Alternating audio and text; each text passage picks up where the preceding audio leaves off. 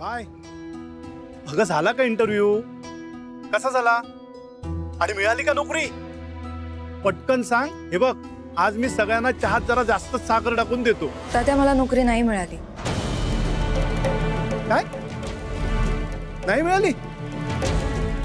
अगं पण तू तर म्हणाली होतीस की. नाही तात्या, मी या नोकरीसाठी सुटेबल नाही असं वाटतंय त्यांना. सुटेबल? हा, पण अगं एखादा माणूस एखाद्या कामाला तो सुटेबल का काय ते म्हणतात तसं आहे किंवा नाही हे कधी कळणार? जेव्हा त्याला कामावर घेणार तेव्हा, हो ना? आणि हे बघ, तू किती गुणाची आहेस ना हे त्यांना माहित नाहीये, म्हणून त्यांनी ही गोडचूक केलेली आहे. नाही मिळाली ना नोकरी, हरकत नाही, काळजी नको करूस. हा, पण तू तू चेहरा पाडून बसू नकोस. हा बाय. हा जो अनुभव मिळालाय ना तुला, तो उद्याच्या यशाची शिकवण आहे असं समज. हा हो तात्या. काय हो, काय झालंय कावेरीचं? नाही मिळाली ना नोकरी. नाही मिळाली ना नोकरी? बरं झालं, नाहीतर एवढी कुठे पगारची ढकपुटी होणार होती.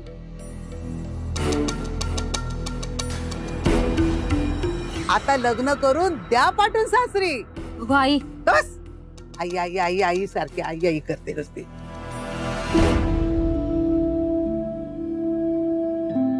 Hello bye. हे बघ,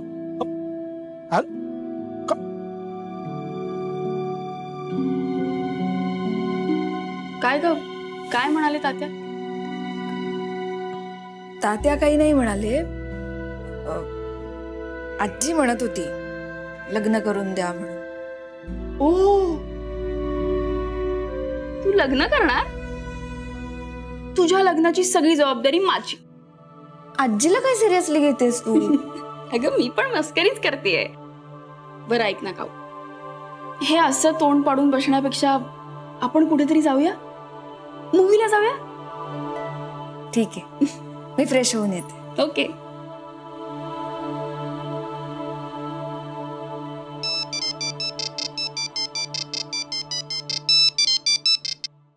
हा बोल. हॅलो वैदेही मॅम, रत्नामाला मोहितेंच्या ऑफिसमधून कॉल आला होता. आपल्या इव्हेंटचा चेक रेडी आहे. तुम्ही म्हणाला होतात की तुम्ही पर्सनली जाऊन कलेक्ट करणार आहे म्हणून. हो हो, मी करते कलेक्ट. येस. हा येस, चेक आला. अरे यार, पण आता कावेरीला कसं घेऊन जाऊ? परत तिथे गेले तर राज आणि कावेरीचं भांडण, या तिला कसं न्यायचं? काय झालं? निघूया ना. कुठे जातोय ना आपण? ओ सॉरी, माय बॅड माय बॅड. ऐक ना, मला एक अर्जंट काम आहे, चेक कलेक्ट करायचा आहे, तो घेऊया आणि मग जाऊया. कुठे जायचंय? ते सांगते ना मी तुला. बरं माझं एक काम करशील? एक मिनिट पकड, एक मिनिट.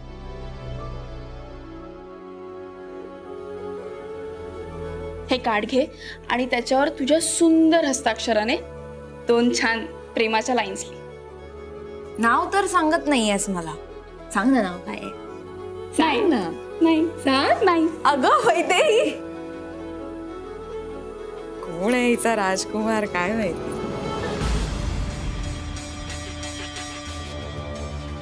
तुला रिलॅक्सेशन हवं असतं ना, पण तुझ्या काही जबाबदाऱ्या मी आदित्यवरती टाकायचं ठरवलं. बघ राज, मला इच्छा नाहीये सध्या बिझनेस सांभाळायची. तुला जमेल, माझा विश्वास आहे तुझ्यावर. हे बघ आदित्य, माझी सून येईपर्यंत राजवर्धनला साथ द्यायला तुझ्या इथे दुसरी योग्य व्यक्ती नाहीये माझ्या डोळ्यासमोर.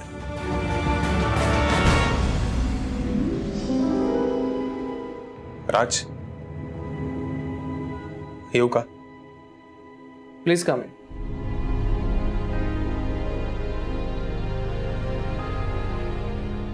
ऍक्च्युली जरा बोलायचंय तुझ्याशी. तुला वेळ आहे का? तुझ्यासाठी माझ्याकडे नेहमीच वेळ असतो. Please have a seat. ये.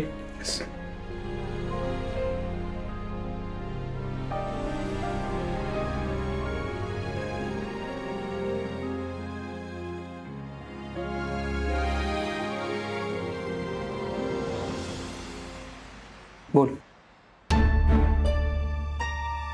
राज, ऍक्च्युली काकी आत्ता जे काही बोलल्या मला त्याच संदर्भात बोलायचं. त्याची काहीच गरज नाही. आईचा डिसिजन झालाय. द ग्रेट रत्नमाला मोहितेबाईंनी त्यांना जे ठरवायचंय ते ठरवून त्या मोकळ्या झाल्या. त्यापुढे बोलणारे आपण कोण? तू द हेल आर वी. नाही राज, तरी पण मला तू वाईट वाटून घेऊ नकोस. तू आईचं प्रपोजल एक्सेप्ट केलं तरीही मला काही इश्यू नाही, आणि नाही म्हणालस तरीही मला काही इश्यू नसेल. नाही राज, तरी पण हे बघ, मला वाटतं, इनफॅक्ट मला माहिती आहे की हे बिझनेस वगैरेचा माझा पिंडच नाहीये. इश्यू तो नाहीच आहे आदित्य. द पॉइंट इज, तुझी इच्छा नसतानाही तू बिझनेसमध्ये यावं असं कोणाला तरी डेस्परेटली वाटतंय.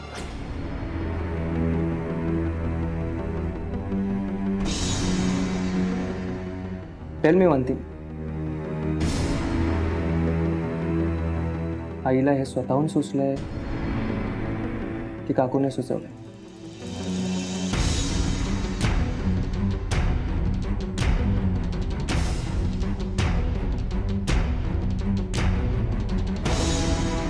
खरं सांगायचं तर आईनेच सुचवलं हे सगळं. बघ राज, पण मला तेवढंच हवं होतं. आता तू जो काही डिसिजन घेशील मला त्याचा काहीच इश्यू नसेल. बिझनेस करायचा आहे की नाही तुझं तू ठरव. Now the ball is in your court. चल, मी निघतो. माझी खूप इम्पॉर्टंट मीटिंग लाईन अप आहे.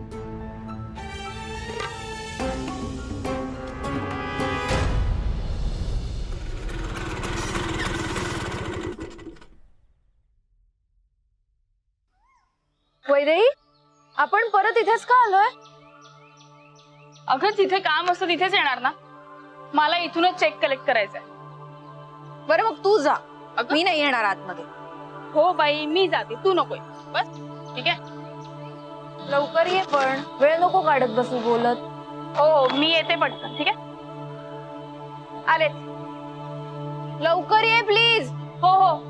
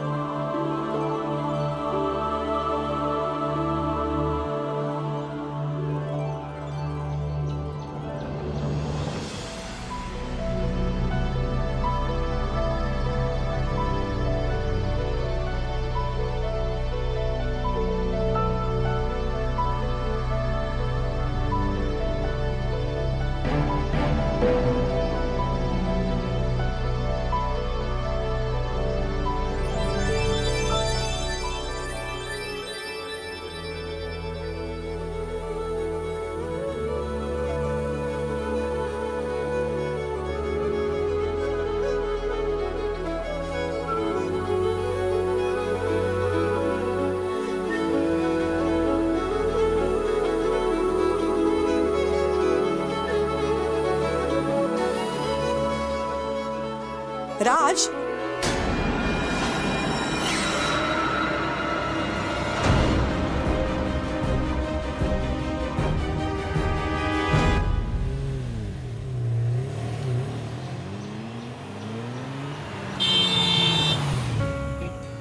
काकू, काकू, अजून इथेच? मगाशी केला तेवढा इन्सल्ट इनफ नव्हता का? की त्याचा सूड वगैरे घ्यायचा आहे म्हणून थांबलात? काकू, हो बोला काहीतरी. काय गरज? अनोळखी माणसांशी बोलत नाही. अनोळखी अनोळखी माणसाकडून बिंदास लिफ्ट बरी घेता? हा, नाही नाही नाही नाही नाही, बळजबरीने त्याच्या गाडीत बसून त्याला कुणाला तरी फॉलो करायला लावता, आणि आता 180 डिग्री चेंज. कम ऑन काकू. अहो, फिल्म मध्ये 2 वेळा हिरो हिरोईन एकमेकांच्या गाडी समोर आले तर प्रेमात पडतात. आपण एकमेकांना 4 वेळा आडवे आलोत. काकू, आपण डिरेक्ट लग्नच करायला हवं. लग्न तुमच्याशी हम्म? अडलंय माझं खेट. काय अडलंय? खेट.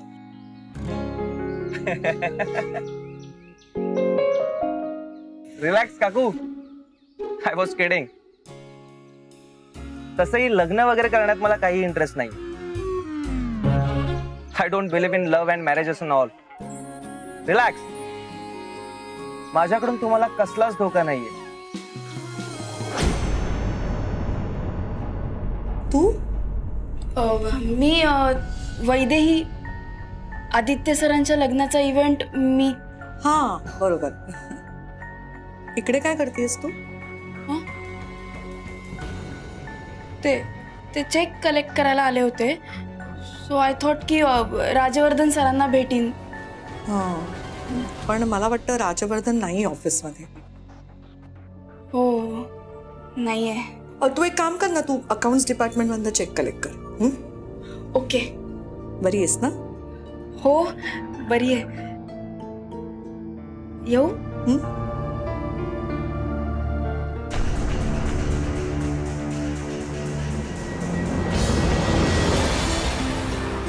काकू, तुम्ही हव्या तितक्या वेळा माझ्या गाडीसमोर आडव्या येऊ शकता, मला काहीच प्रॉब्लेम नाही. हव्यात इतक्या वेळा तुमच्या गाडी समोर अडवा या म्हणजे? मला काय हौस आहे तुमच्या गाडी? काच खाली करा. बोलते ना मी तुमच्याशी काहीतरी. मला काही हौस नाहीये तुमच्या गाडी समोर यायची. ऐकायला येत नाहीये मग काच खाली करा ना. बोलते ना मी, मला हौस नाहीये तुमच्या गाडी समोर यायची. आणि कशाला येऊ मी आडवी सारखी? हो, मला काही हौस नाहीये, कळलं ना? 17दा तुमच्या गाडी समोर आडवी यायची.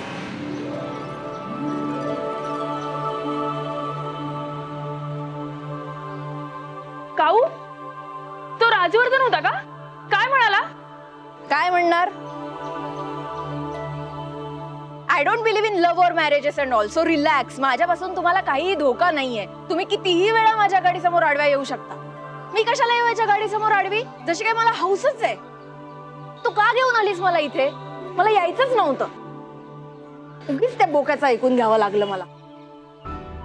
डोंट बिलीव्ह इन लव्ह और मॅरेज म्हणजे गेलं माझं ग्रीटिंग फुकट.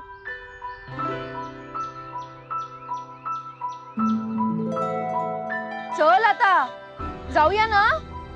हो ग, त्या राजवर्धन सर माझ्यावर कशाला काढतेस? हे घे.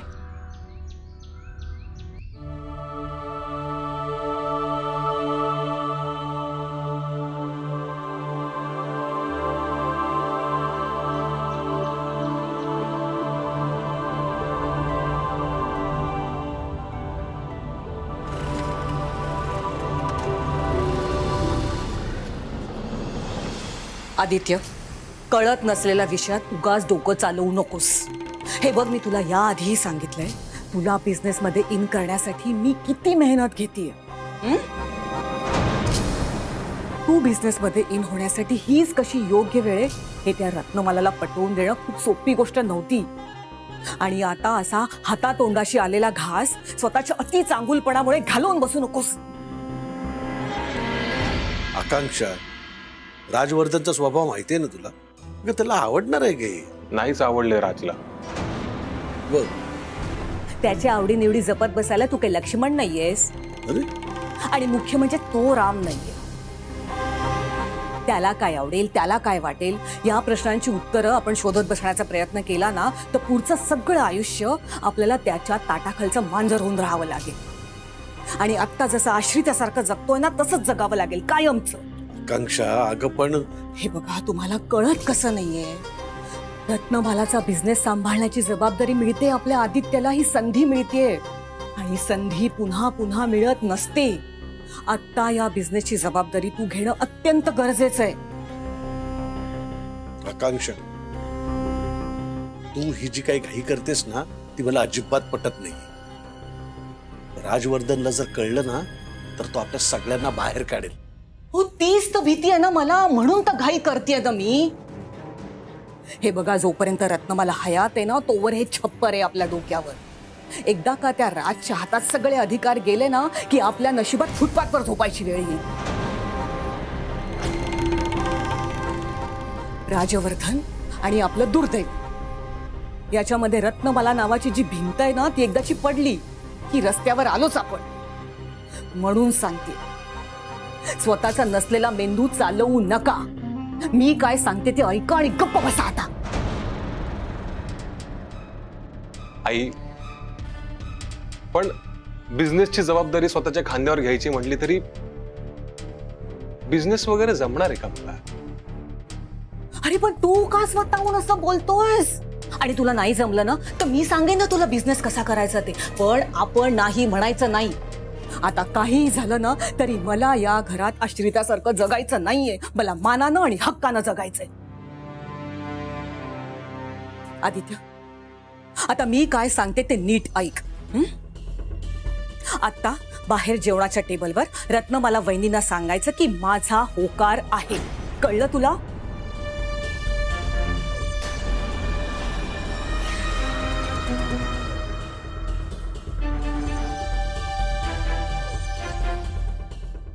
आई,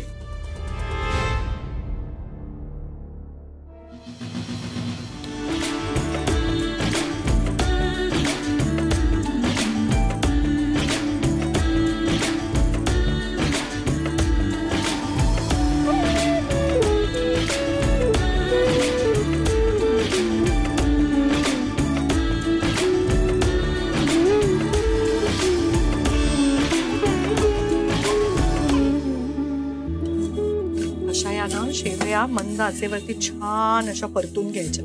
रंग त्याचा गुलाबी झाला पाहिजे. हे बघ, बाजूला आपली वेलची जायफळाची पूड पण तयारच आहे. काय ना, शेवया भाजताना जरा सांभाळून भाजाव्या लागतात. त्या पटकन करपू शकतात. आणि दुधाचा कुठलाही प्रकार करताना अतिशय निगुतीने करावा लागतो. ही वेलची जायफळाची पूड घालताना सुद्धा सांभाळून घालावी लागते. दूध फाटू शकतं ना. बापरे, जेवण बनवताना एवढ्या सगळ्या गोष्टी लक्षात ठेवायच्या?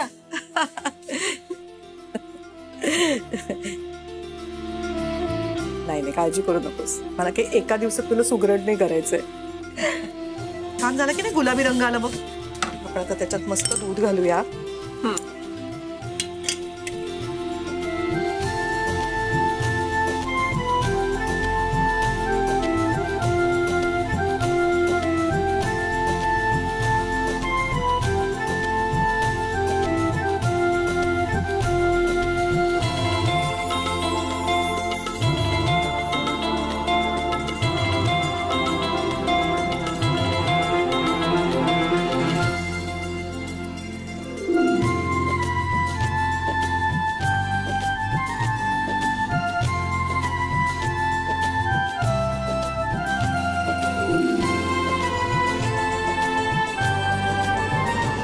आता आपण यात घालायला छानपैकी दुधाचा मसाला बनवतात ना, तसा मसाला करूया.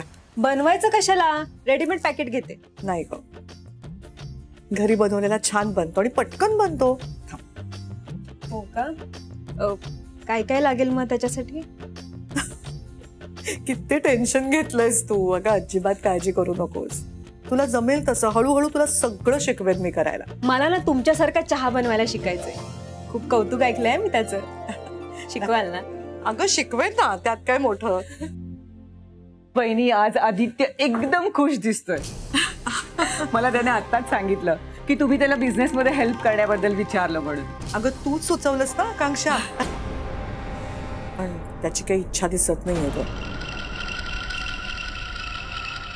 अहो नाही बहिणी, काय झालं, अचानक एवढी मोठी जबाबदारी अंगावर पडेल ना याची जरा सुद्धा कल्पना नव्हती बिचारायला. म्हणून गांगरून गेला असेल तो. आणि राजवर्धन सुद्धा होता ना समोर. आता राजला दुखावून एकदम लगेच हो म्हणणं पटलं नसेल त्याला. आणि राज सुद्धा केवढं करतो आदित्यसाठी. बहिणी, तुम्हाला सांगते, या दोन भावांना ना एकमेकांना दुखावणं अजिबात जमत नाही. अजब प्रेम आहे दोघांचं. खरंय तुझं, खरंच प्रेम आहे त्यांच्यात. प्रेम आहे म्हणूनच बरं आहे. म्हणजे एकमेकांची काळजी घेता येते ना. आकांक्षा, तू मला सुचवलंस ते मला पटलं ना, म्हणून आदित्यशी बोलले मी. आणि खरंच बरं झालं. म्हणजे आदित्य जर राज बरोबर असेल ना तर मला राजची अजिबात काळजी नाही. खरं तर तू मला याआधी कसं नाही सुचवलंस हे? बहिणी, हे सगळं कधीपासून होतं माझ्या मनात, पण बोलायचा धीर होत नव्हता. पण सानियाच्या पायगुणामुळे आज हे सगळं घडतंय. वहिनी तुम्ही का करताय आज हे? मला करू दे तुम्ही अगं, बाजूला. थांब नाही. आकांक्षा काय असतं, मुलांच्या चांगल्यासाठी जर कधी आपण कटू निर्णय घेतले ना, ज्यामुळे त्यांना वाईट वाटतं, नाराज होतात, मग त्यावर हळूच फुंकरही घालायला पाहिजे. आज राज रागावलाय माझ्यावर. त्याच्या मनाविरुद्धचा निर्णय घेतला ना मी, म्हणून त्याच्यासाठी त्याच्या आवडीची शेवयाची खीर बनवते. सानिया, राजला शेवयाची खीर इतकी आवडते ना, कधीही बनवा तो एकदम खुश होतो. माझे विचार जरी त्याला पटत नसले तरी माझा स्वयंपाक अजून राजला खूप आवडतो. हो अगदी खरंय. तुम्ही मायलेक बसा एकमेकांना जखमा आणि मग फुंकर देण्याचा खेळ खेळत. तोवर तुझा संपूर्ण बिझनेस मी कसा आदित्यच्या निमित्ताने माझ्या ताब्यात घेते ना, ते बघशीलच तू.